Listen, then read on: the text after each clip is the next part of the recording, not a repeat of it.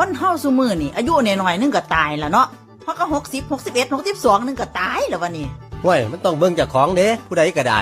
สิว่าตัวยังหนุ่มยังแหน่นอยู่มันบ่แม่นใด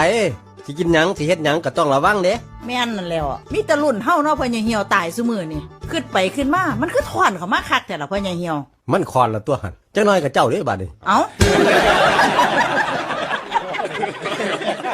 เจ้าคือสิมาเว้าไปทั่วทีบแถวว่าเฒ่าอันนี้แม่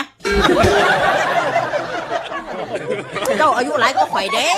มันบ่ง่วงมาหาข่อยดอกมันสิไปทั้งเจ้าหั่นละก่อนโอ้ยไผสิไปก่อนไปหลังก็สร้างหัวมันเถาะยามสิเผาจะไปอ่านโดนร้อยประวัติหั่น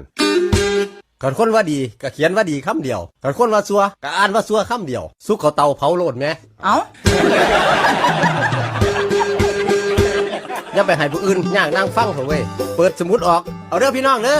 ซัวสุกเขาเตาเผาเลยนั่นล่ะ